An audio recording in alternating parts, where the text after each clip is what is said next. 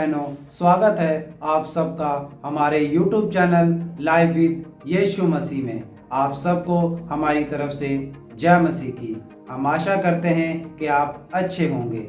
कुछ समय पहले हमारे मसीह भाइयों ने सवाल किया था कि परमेश्वर पक्षपात करता है या नहीं।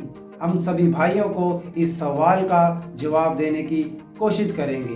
तो चलिए सब बातों को हम बाइबल में से देखेंगे। तो चलिए हम शुरू करते हैं।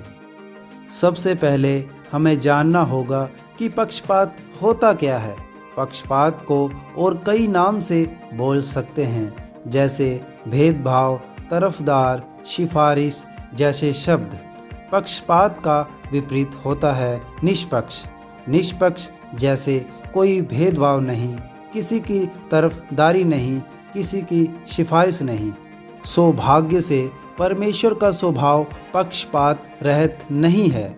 अगर परमेश्वर पूरी तरह से निष्पक्ष होता तो हम सभी हमारे पाप के दंड के स्वरूप नरक में मिलते, क्योंकि अगर सही मायने में देखा जाए तो हम यही पाने के योग्य हैं। हम सबों ने परमेश्वर के विरुद्ध पाप किया है। देखेंगे रोमियो 3:23। इसलिए कि सब ने पाप किया है और परमेश्वर की महिमा से रहित है, और इसलिए हम सभी अनंतकालीन मृत्यु के योग्य हैं।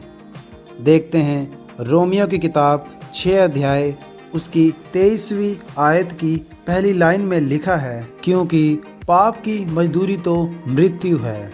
यदि हम वही प्राप्त करें जो हमें मिलना चाहिए तो हम सबों का अंत आग की झील में होगा। परमेश्वर निष्पक्ष नहीं है, लेकिन इसकी अपेक्षा वह दयालु और भला है। इसलिए उसने प्रभु यीशु मसीह को हमारे स्थान पर मरने के लिए भेज दिया, जिसने उस दंड को अपने ऊपर ले लिया जो हमें प्राप्त होना था। पढ़ते हैं 2 कुरिन्थियों 5:21। जो पाप से अज्ञात था उसी को उसने हमारे लिए पाप ठहराया कि हम उसमें होकर परमेश्वर की धार्मिकता बन जाएं।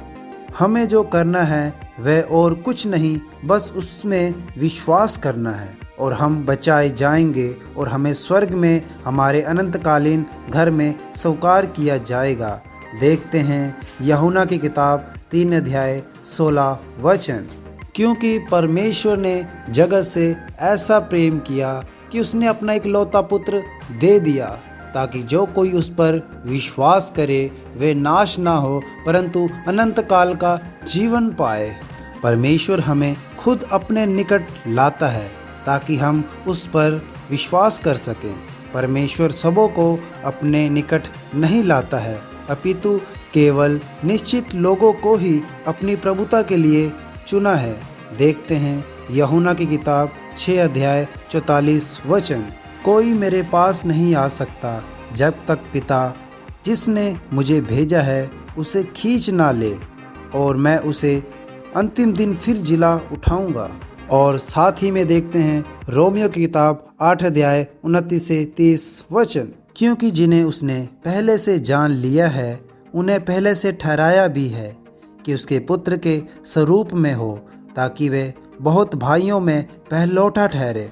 फिर जिन्हें उसने पहले से ठहराया उन्हें बुलाया भी, और जिन्हें बुलाया उन्हें धर्मी भी ठहराया है, और जिन्हें धर्मी ठहराया उन्हें महिमा भी दी है। इसके साथ पढ़ेंगे इफिसियों की किताब 1:5-11।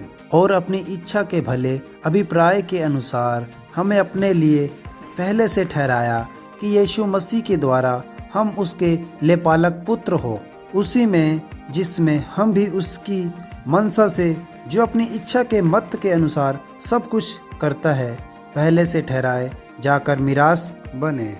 इन सभी वचनों से ये नहीं लगता कि परमेश्वर का स्वभाव पक्षपात रहित है। परमेश्वर के चुने हुए परमेश्वर के प्रेम और अनुग्रह को प्राप्त कर रहे हैं, परंतु जब परमेश्वर हमारे मनों को अपनी निकटता में लाता है और हमारे मनों को खोल देता है, तब हम सबों के पास सृष्टि का प्रकाशन, साथ ही साथ उस विवेक के प्रति जिसे परमेश्वर ने हमारे मनों में डाल दिया है। परमेश्वर की ओर मुड़ने का समय होता है। जो प्रभु को अस्वीकार करते हैं वह वो पाएंगे जिसके योग्य हैं, यानी दंड।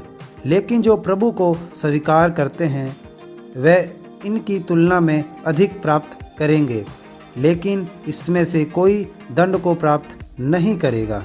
क्या परमेश्वर निष्पक्ष या पक्षपात रहित है? धन्यवाद के साथ हम कहते हैं नहीं, वह नहीं है। वह निष्पक्ष होने से कहीं अधिक बढ़कर है। वह दयालु है, कृपालु है और क्षमा करने वाला है, परंतु साथ ही वह पवित्र, न्यायी और धर्मी है। आमीन। धन्यवाद आप सबका, आपने कीमती समय निकालकर इस वीडियो को देखा। प्रभु आप सबको आशीष करे। हमारे YouTube चैनल को सब्सक्राइब कर लें। जो साथ में बेल आइकन का बटन है उसे दबा दीजिए, जो कि आने वाली वीडियो की जानकारी आपको मिलती रहे। आमीन।